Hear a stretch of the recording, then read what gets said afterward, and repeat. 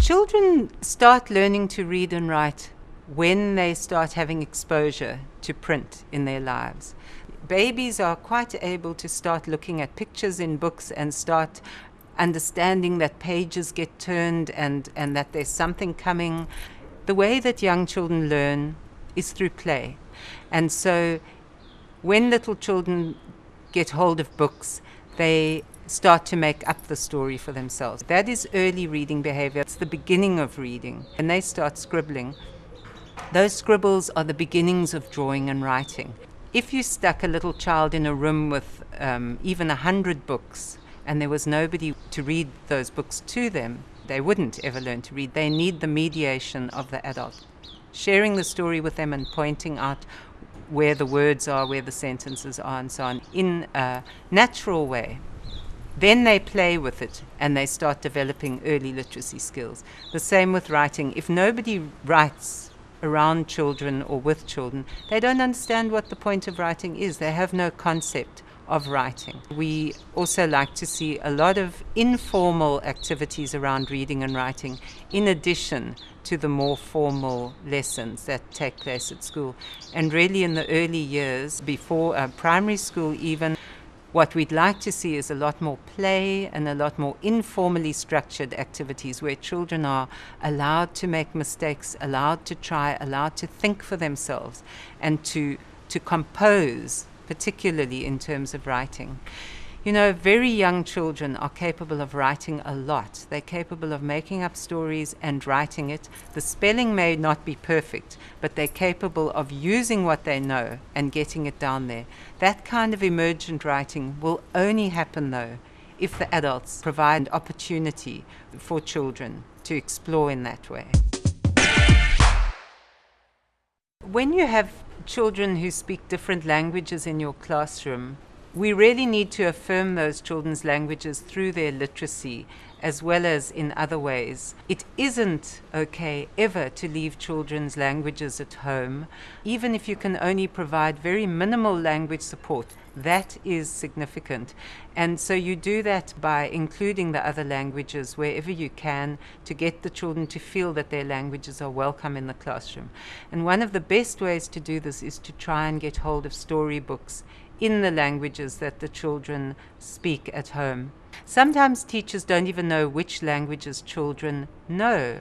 Often children have more than one mother tongue. Children learn best when we allow them to build on their strengths. One of the main strengths that young children have when they come to school is their mother tongue, their language. If we want children to learn English, for example, if we're talking about Xhosa-speaking or Afrikaans-speaking children, then the best way for them to learn English is to use their mother tongue to develop concepts in, to be able to think with, to be able to talk with, and even to be able to read and write, and to add English. We call that mother tongue-based bilingual education. The point is that we don't take away the mother tongue, we add to it. In that way, we allow children to build on their strengths. This isn't to say that children are not able to learn in a foreign language or in a new language. But for that to happen successfully, there's certain conditions that need to be in place. And those conditions include a very good role model of the language you're trying to teach. So it means the teacher needs to be a good speaker of that language and to be a good teacher of that language as well. They need to understand how to make a new language accessible to children.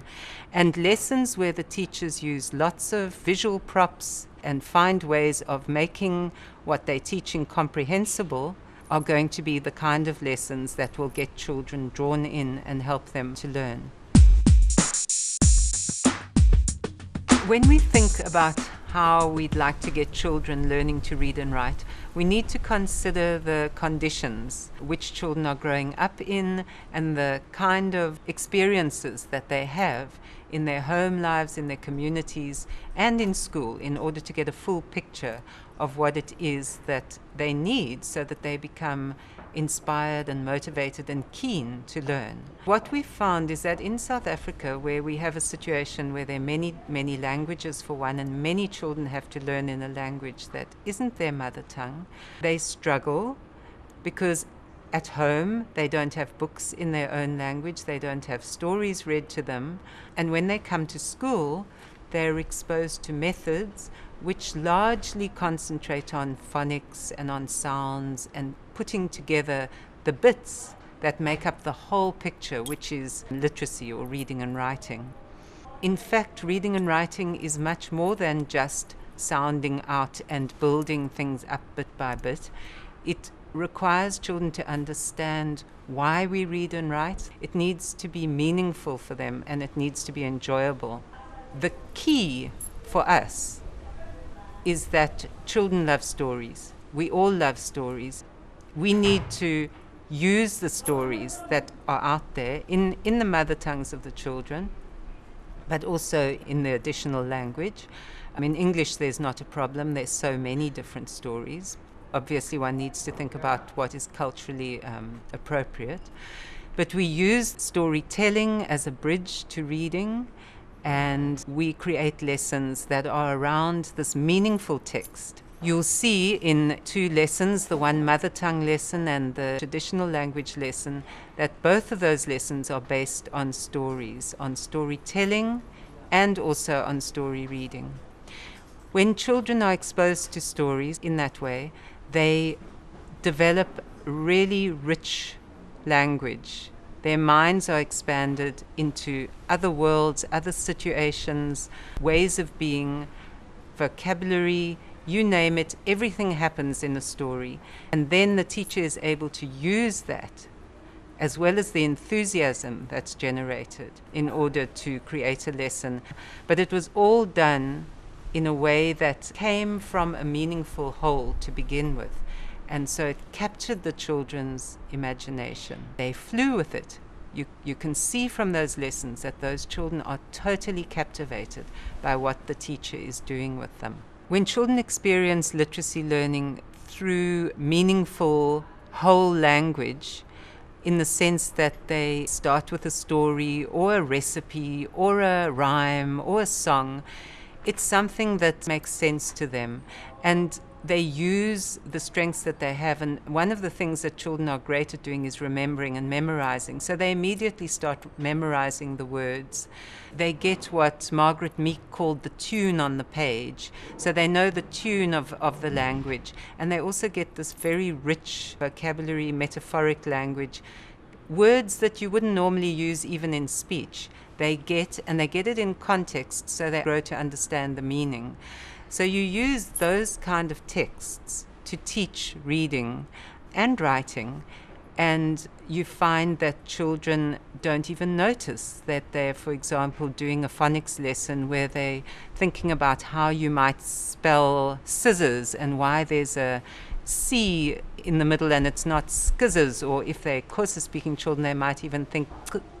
Now, the one thing about bilingual children and children who grow up in multilingual settings is that they quickly realize that, in fact, a letter, a sound, can be made differently for different languages. So they don't have a problem with this. When babies learn how to speak, what's happening to them is that they're getting exposed to role models who really are very, very good at the language, and who listen to them and give them back good examples of what they're trying to do. So if a little baby says, want dat, then the mum or the gogo or whoever might say, oh, you want that. So you give back the correct form, but you don't do it in a didactic way, and you don't say to the baby, now I don't want you to hear you saying that until you can pronounce your the sound.